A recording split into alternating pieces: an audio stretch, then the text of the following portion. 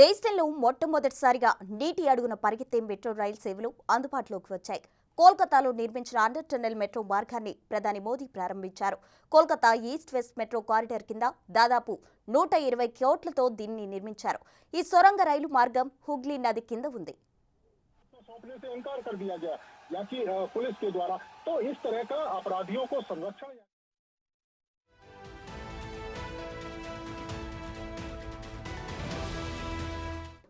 Kolkata east west metro మార్గం పొడవు మొత్తం 16.6 కిలోమీటర్లు కాగా 10.8 కిలోమీటర్లు భూభాగంలో ఉంటుంది. ఇందులో హౌరా మైదాన్ నుంచి ఎస్ప్లెనేడ్ స్టేషన్ల మధ్య 4.8 కిలోమీటర్ల మేర ఈ లైన్ ఉంది. ఇందులో భాగంగా 520 మీటర్ల పొడవైన అండర్ వాటర్ మెట్రో టన్నల్ నిర్మించారు. ఈ టన్నల్ను మెట్రో రైలు 45 సెకండ్లలో దాటేస్తుంది. ఈ కారిడార్ పరిధిలో ఎస్ప్లెనేడ్, మహాకారన్, హౌరా మైదాన్ వంటి ముఖ్యమైన స్టేషన్లు ఉన్నాయి.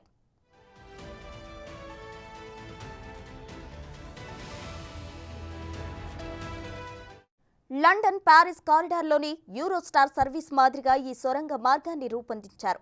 ఈ వినూత్న ప్రాజెక్టుతో రైలు రవాణా రంగంలోకి విప్లవాత్మక మార్పు రావడంతో పాటు నగరంలో ట్రాఫిక్ రద్దీ తగ్గుతుంది, వాయు కాలుష్యాన్ని నియంత్రిస్తుంది.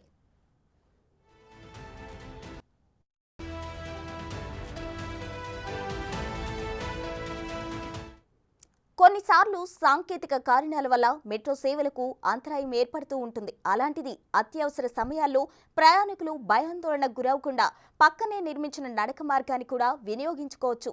సాంకేతిక సమస్యల నుంచి సులువుగా బయటపడేలా ముందు జాగ్రత్త చర్యలు తీసుకున్నామన్నారు అధికారులు.